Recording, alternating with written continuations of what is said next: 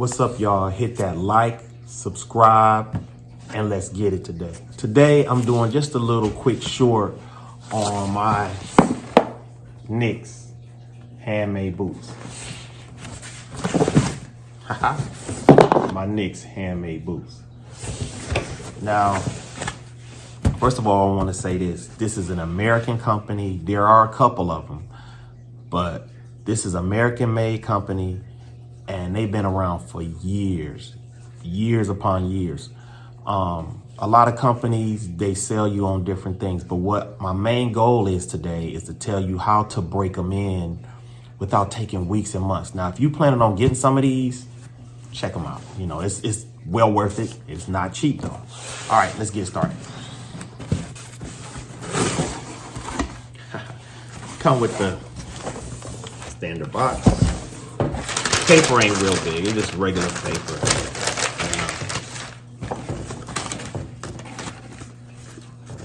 Get all that stuff out, you know. Stickers. You know, stickers. And I had them for about 2-3 weeks, and I broke them in quick. I'm gonna tell you the truth. This is called a kiltie, and I'm gonna show you it on these boots. These boots look hard, by the way. I got shrunken bison. And then these are telling you how, you know, helpful hints how to string your boots up and how to start wearing your boots and breaking them in. You got a polish and clean tracker, you know, whatever. But here goes the boots. Now, a lot of boots I have a few that have leather strings, but these come with leather strings. Beautiful. And when I told you a kiltie, all right, this right here is a kiltie. That's a kiltie. This is a kiltie. All right.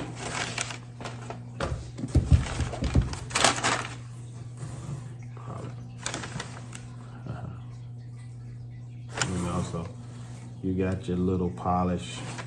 They send you a lot of stuff. Now, like I said, I done broke them in like the quickest ever, like a week or two, you know. I done had them about 2.5 weeks, and I done already broke them in. Now, the secret to breaking them in fast. Now, some people say, well, what kind of boots did you get? I got the shrunken bison boot. It's leather, beautiful. And I got the color brown. I like it brown. I was supposed to, y'all, wear these as a work boot to work. But after a while of wearing them, they're comfortable. Look at the grip. Screws sewn all the way through the grip. Got the red X. They have the red X grip. Now, a lot of shoes they hand make, you can pick out how you want them made. The inside of the boot.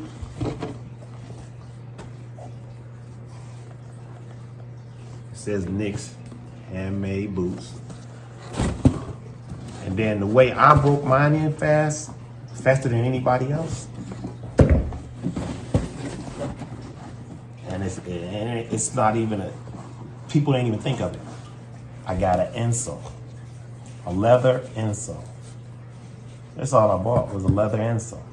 They got different kinds. Because the boot itself just have a heel cushion. It's like it only goes halfway.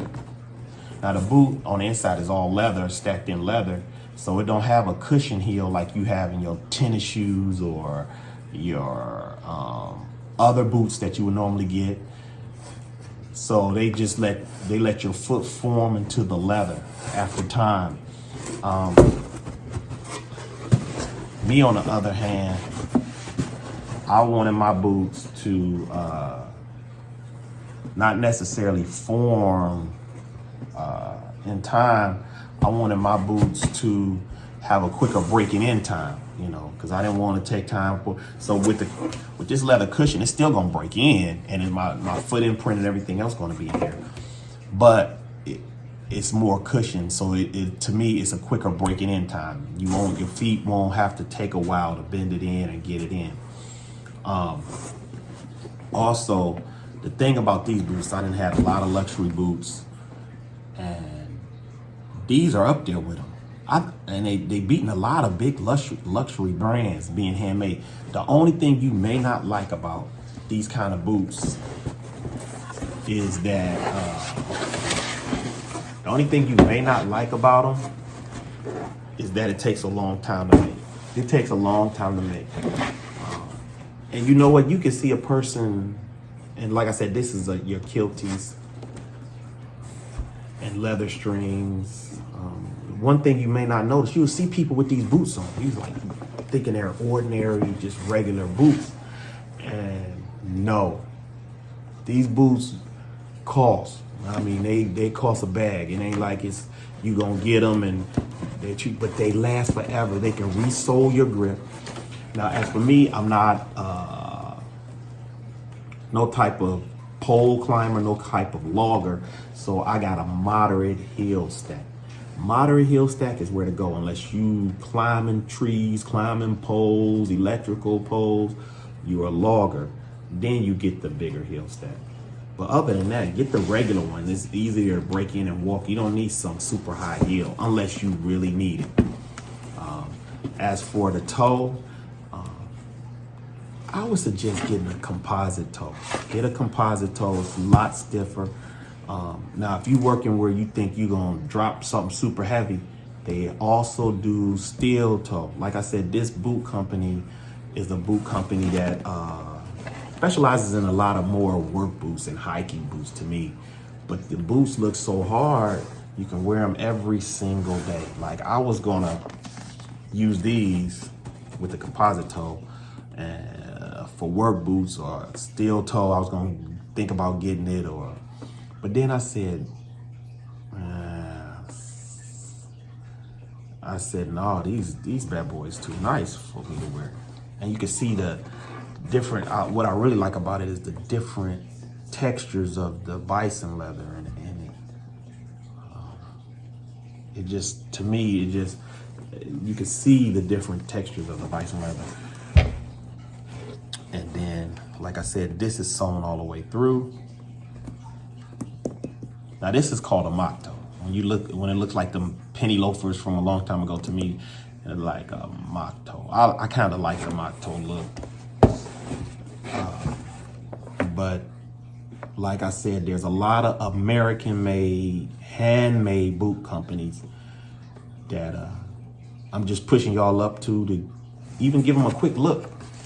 It's a couple of them, but I chose NYX. And I am very happy with the outcome and the way to break them in so you won't have a problem. A lot of people say they had that problem. Like I said, leather insole, or they have other kind, but to me the leather was the best because you're already breaking down the leather when you put your foot in the shoe. It's a lot of leather pressing down on leather.